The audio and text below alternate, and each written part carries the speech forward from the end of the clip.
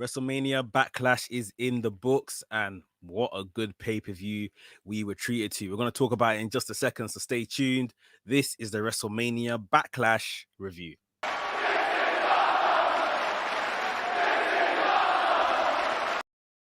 What's up, Maniacs? My name is Mex. I'm a wrestling fan, wrestling enthusiast, WrestleManiac, if you will. And today we are talking WrestleMania Backlash, the pay-per-view, the review show.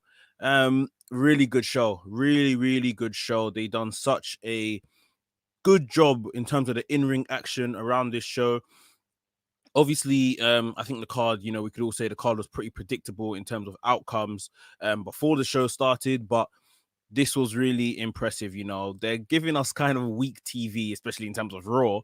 But then when it comes pay-per-view time in the last year, we can't deny they've delivered on more than one occasion now. So, proper looking forward to kind of going through this with you guys. So stay tuned. And in case you didn't know, right here at WrestleManiac UK, I discuss everything that's WWE and AEW. So if this sounds like the place for you, make sure you hit the subscribe button and make sure you hit the notification bell so you get notified each and every time I drop a new video. Ladies and gentlemen, without further ado, let's get into WrestleMania Backlash review. So we had a kick-out show, pre-show match. Sheamus came out and Sheamus basically challenged anyone to a non-title match for the US Championship. Like, I don't know what he's doing with all these non-title match open challenge things he's doing, but he's surely going to get pulled up on it soon by Adam Pearce or someone. We saw Ricochet come and answer the call. Haven't seen Ricochet on Raw or I know he's been on main event, but feels like we haven't seen him for ages. But he came out, he looked like he was about to go to the club, or he looked like half dressed. He wasn't in his gear. He was wearing like black jeans and stuff. Had boots on though, which I noticed. But these guys put together a decent match. I think about 5, 6, 7 minutes they went for. Pretty decent stuff. We saw a lot of high spots from Ricochet, as you can imagine. We saw in the end, Sheamus did get the win with a high knee, which is interesting way to win, not his finish or anything. I think a brogue kick was evaded, bounced off the ropes and came back with a knee, and Ricochet got put away. So Sheamus getting the win there. After the match, he called for his jacket, he called for his hat. And as he came to put them on, I think Ricochet nicked it from him, knocked down Sheamus, and Ricochet put on the hat, put on the jacket, and started dancing and like showing off and stuff, and attacked Sheamus again before escaping the ring. And I was just saying to myself, I thought Ricochet's this presentation of him with like the tape around the hands, the jeans, and everything. I thought, okay, maybe something different. Maybe they're gonna try and get Ricochet back on Raw some way somehow. And then he kind of reverted back to this kind of not comedy character, but non-serious, jovial character and all this kind of stuff, wearing Sheamus's clothes and dancing around. I thought, okay, well, yeah, for what we got, it was a decent match. Like I said, that was on the pre-show. But yeah, let's jump onto the main card. And the show opened up with Rhea Ripley defending her Raw Women's Championship against Asuka and Charlotte Flair. Obviously, we know Charlotte Flair forced her way into this match on Raw a couple of weeks ago. This match was really good. It had a good kind of amount of aggression between the three ladies. We saw high spots. We saw, I think, 2 moonsaults by Charlotte Flair. One that connected to the outside, as she always does, and one that I think was evaded within the ring. And just some good exchanges. We've seen Asuka and Rhea Ripley pair off a couple times in the last month or so. But I feel with Charlotte in here was just just one kind of a good step forward for the match and the whole dynamic and stuff like that. I thought Rhea Ripley really looked terrific in this. She was kind of the real aggressive Rhea Ripley that I think we've seen in NXT UK and NXT before. I thought Asuka was I would probably say, yeah, she was my MVP of this match. She just was on form, very smooth. Everything that Asuka done within this match was like Asuka of old, like really showed up. However, in the end, I think it was fairly obvious that Asuka would be the one taking the fall, and it was her. She got pinned after a riptide. So typically Charlotte Flair is probably going to come out and be like, well, Rhea, you didn't pin me. So, I want my rematch sort of thing. So, yeah, I assume we're going to get that maybe soon. They've said Hell in a Cell's the next pay-per-view. Maybe there. Who knows? But, yeah, really, really good match to start us off. Like I said, I think it was fairly obvious that Rhea Ripley was going to retain the Raw Women's Championship. Unfortunately, it was Asuka that held the pin for that. But Charlotte Flair, Rhea Ripley, that can spin off into something. And now that Shayna Baszler is free from the Raw the Women's Tag Championship, sorry, I wouldn't mind seeing a little program between Asuka and Shayna Baszler. I think that could be quite fun if they choose to book it. So yeah, Rhea Ripley goes on, and the reign is kind of beginning to catch a bit of steam now, which is pretty good. Next up on the show, we had the Dirty Dogs, Dolph Ziggler, Bobby Roode versus, well, so obviously the Dirty Dogs took out Dominik Mysterio backstage before this match. So Rey Mysterio said that, to Dom, you're too injured, you can't come out and wrestle, I have to do this on my own, sort of thing. So it was Dirty Dogs versus Rey Mysterio for a long part in this match, and it was fairly obvious again that Dominik Mysterio was going to come out at some point and help his dad or whatever. But yeah, I've never seen Rey Mysterio kick out of so much. He done really well on himself. Obviously, Rey Mysterio is the forever underdog. We always get told Daniel Bryan's the underdog and was never meant to make it. Rey Mysterio is the forever underdog in wrestling, and he done really well hanging with Bobby Roode and Dolph Ziggler. I guess somewhat this won't make Dolph Ziggler and Bobby Roode look very good. Basically letting Rey Mysterio survive for so long. Dominik Mysterio eventually came down to the ring as guest, and he got involved in the match. He was on the side. At the first instance, he tagged himself in when Rey wasn't looking. Rey didn't want to tag him in and got involved. And then in the second instance, Rey kind of trusted him and tagged Dominik into the match. And that's where we began to see the end of this match and see the finish. And the match finished with Dominik Mysterio with a big frog splash onto Bobby Roode. And I think we got a reference on commentary from Eddie Guerrero, like Eddie Guerrero's frog splash and all that kind of stuff, which obviously ties this up nicely, is where we, as the WWE universe, kind of got to know Dom from those early days, 2004, 2005, I think it was. So yeah, Dom pinned Bobby Roode, and Rey Mysterio, Dom Mysterio, not only win the SmackDown Tag Team Championships, but become the first father and son duo to do so. So really, really big accolade there.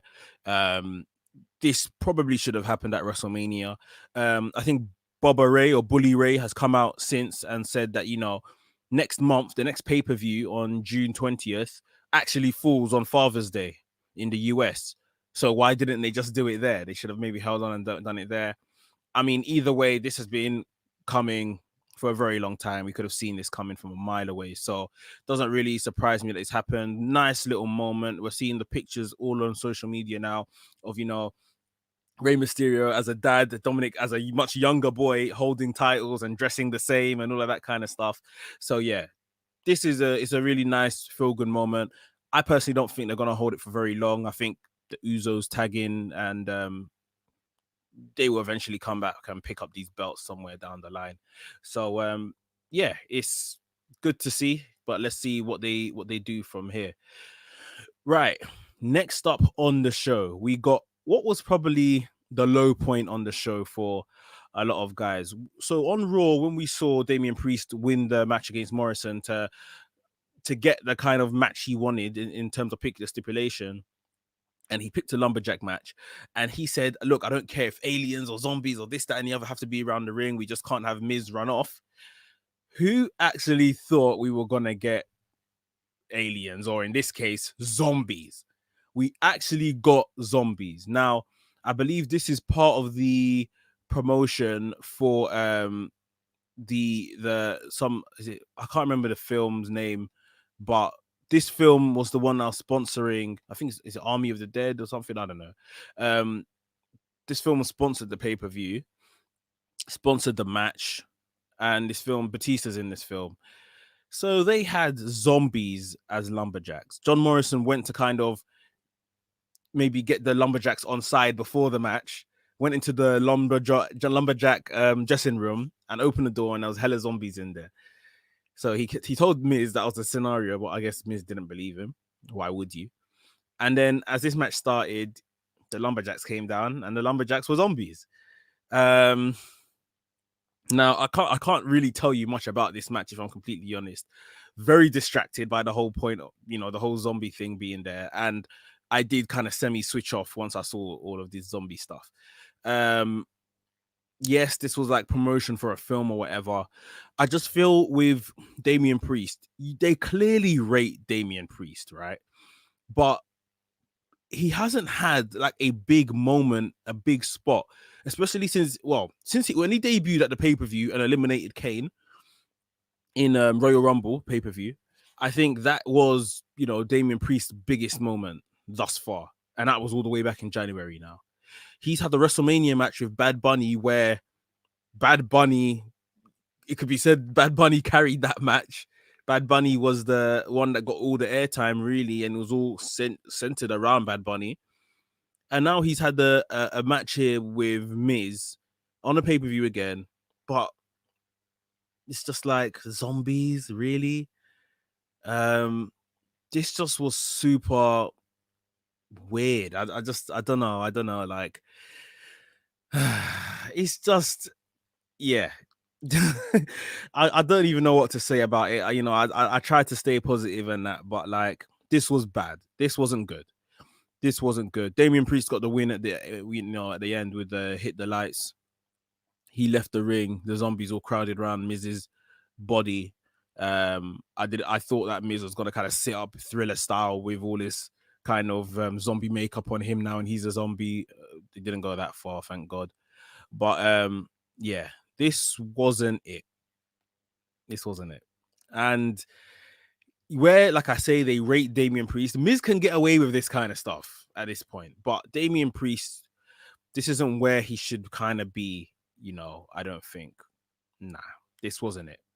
But we will move on. And next up, we're going to talk the SmackDown Women's Championship. Before we do, guys, please make sure you have smashed the like button. It does loads for the channel, and I thoroughly appreciate it every time you do. Pushes this video out to more wrestling fans like me and you. So if you haven't already, please hit the thumbs up button. Thank you very much.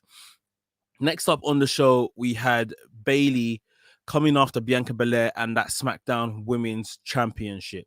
Bianca Belair looked great. Loved the gear that she wore on the night.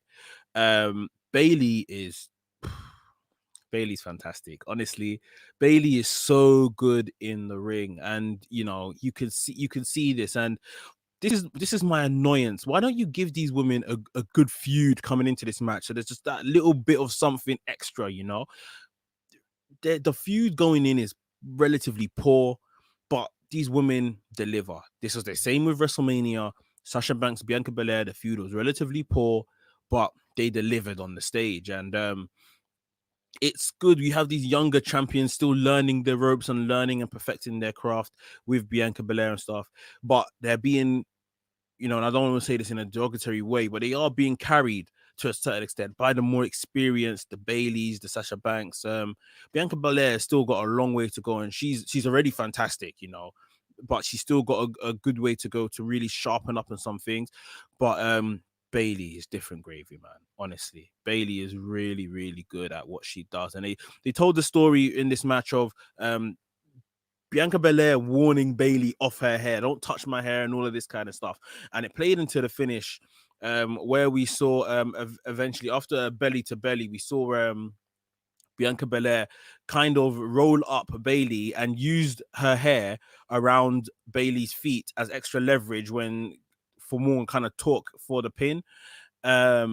Really interesting to see. Yeah, her hand kind of slipped off, the braid kind of slipped off Bayley's foot in the middle of the pin, and she tried to kind of catch it back. Just a minor little quibble, but this was a really good match. Really, really good match from the women.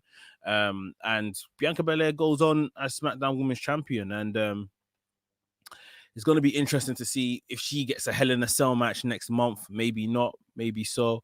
Is Sasha Banks going to return? Who's going to be her next competitor? A lot of unanswered questions. Hopefully they start booking that SmackDown Women's Championship a bit better. But yeah, the match on the night, really good stuff. Talking about really good stuff, we had the next match, which was just chaos.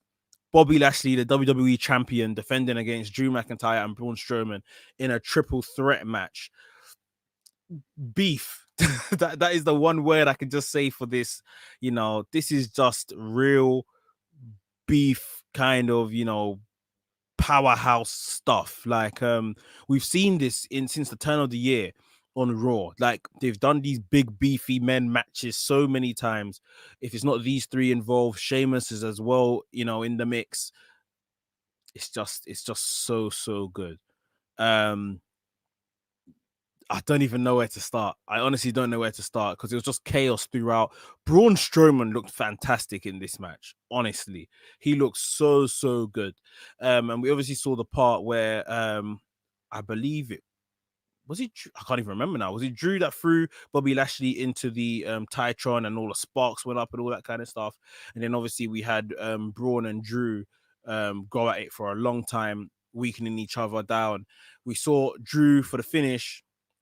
And we saw Drew hit Braun Strowman with the Claymore.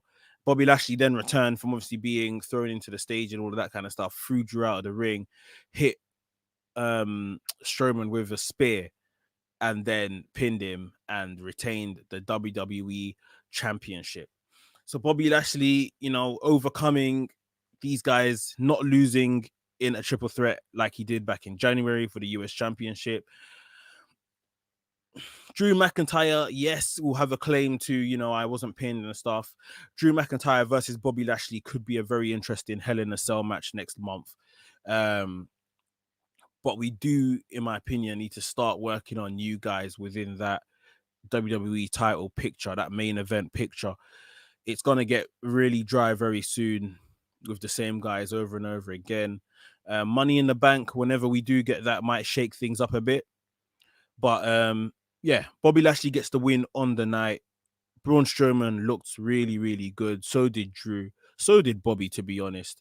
But yeah, he goes on. And I think I heard someone say that MVP said he's got something for Bobby Lashley. I don't know if that came out on social media or something. So I guess we tune into Raw to see what he's talking about. Last but not least, the main event. Before the main event, we saw Jey Uso try to I think he was G'ing up Roman Reigns backstage in gorilla position, and Roman just kind of told him to shut up and just go and find your brother and all this kind of stuff, and wasn't trying to hear him. Didn't need Jey Uso and or Jimmy or whatever at ringside for this particular match. And Roman Reigns came out, after Cesaro looking like $1,000,000. Like, I can't get enough of this character they've given him. Like, and how he's running with it, and it looks like he was born to do it. Like, he's just absolutely brilliant. We are seeing something incredible, honestly, for such a long time of Roman not being that guy for many fans. He was always that guy for me. Like, I will let you guys know that, like, he was always the guy for me. But it was very hard to defend Roman at times, as you could obviously know, given how they were booking him. But right now, it's absolutely shining through. And we had this match against Cesaro, and Roman worked Cesaro's arm throughout the match, to the point where, we had the smack talk, the usual smack talk that we get with Roman. We had the, him saying that, I like wrestling, and saying DB, calling Daniel Bryan. I'm pretty good at this wrestling stuff. I love wrestling and all this kind of stuff, because he had previously, Daniel Bryan, I think, had said he's not a good wrestler and all this kind of stuff, or yeah, that Daniel Bryan loves the art. So, and obviously Daniel Bryan and Cesaro are close friends. Cesaro obviously held his own in this match as well. A lot of big strength spots, a lot of kind of superhero kind of behavior, like, no, I'm not going to let you do that to me, and all of that kind of stuff. A lot of the ways we had seen Roman kind of systematically put away his previous challengers, Cesaro had like a strength out to all of those options. we eventually saw him get off that big superplex from outside the ring, pulling Roman inside the ring and over the top rope and delivering a superplex. But like I say, throughout he was really hurt with, you know, selling the arm injury. Fantastic match, you know, power, technical prowess, Roman Reigns' kind of character work throughout this. There was nothing this match didn't have. Some people said that it was a bit long, and I would say yes, it was a bit longer. It was a bit slower, but I think that's just because we watched a chaotic WWE Championship match just before this one. But I feel like the story needed that. This was again someone that Roman basically shrugged to the side and thought, I'll beat him. And he really gave Roman a run for his money. And it wasn't to eventually Roman had that guillotine locked in Cesaro down on the floor where he passed out. He passed out, and Roman retained the championship. We saw Jey Uso run down to the ring straight after and kind of crown Roman again with that wreath, you know, as tribal chief sort of thing. He then was like a like a rabid dog was saying to Roman, let me at him, let me at him. Roman said, you know, do your thing. And Jey Uso just completely savaged Cesaro after this match, which I thought was pretty much within the story somewhat. As he went up to do like the Uso splash, we heard Seth Rollins' music hit now. And Seth Rollins came down to the ring. He got in the ring, a very tense eye-to-eye stare with Roman Reigns. And I thought, oh, something's really bubbling here between these guys. And it looks like it's a slow burn, but you know, I'm very interested. He eventually just started smiling and laughing and then turned straight and went after Cesaro, beating up Cesaro, saying, you can't just forget about me and go after Roman. I wasn't finished with you. This, all that kind of stuff. Obviously, the bad arm that Cesaro has been selling throughout the match, he smashed it on the announcer's desk. He got a steel chair, trapped his arm between the chair and, you know, stood on it and all of that kind of stuff, smashed it into the ring post and all this kind of different attacks on the arm. Gave him a curb stomp and then got into the ring and just kind of admired his work. So Seth Rollins, I'm not really sure how necessary his beatdown was. Maybe we're getting a Seth Rollins Cesaro Hell in a Cell match because they've been going at it for quite a while now. I think since about March. So maybe this is going to be kind of a blow off between their feud. Seth Rollins versus Roman Reigns, maybe somewhere down the line. But it means that Rollins is going to have to start picking up some wins. And to be fair, Cesaro has beaten Rollins maybe enough times now. So maybe, yeah, Rollins beats Cesaro and Cesaro starts kind of moving down the card a bit as Rollins kind of climbs it. But that was the end to WrestleMania Backlash. And like I say, really, really good show. If you haven't seen it, bar maybe the zombie match, you would be thoroughly entertained. I thought every match at a minimum was a 3.75/4 stars out of 5, bar the zombie match. Let's make that very clear. But yeah, the tag match was good. Rey Mysterio and Dirty Dogs. The women's championship matches, Raw and SmackDown, was very good. The WWE Championship match was fantastic. Roman Reigns, Cesaro told a fantastic story in the main event. Really good show, really, really good show. And you know, I just wish Raw was half as good as this, so we have something to tune into for 3 hours. But that was the WrestleMania Backlash review. I hope you guys enjoyed it. Please make sure you hit the thumbs up button and in the comments, let me know what your favorite match on the night was. If you're new to the channel, welcome to the channel. Subscribe to the channel, hit the notification bell so you get notified each and every time I drop a new video. WrestleManiac UK signing out, and I'll see you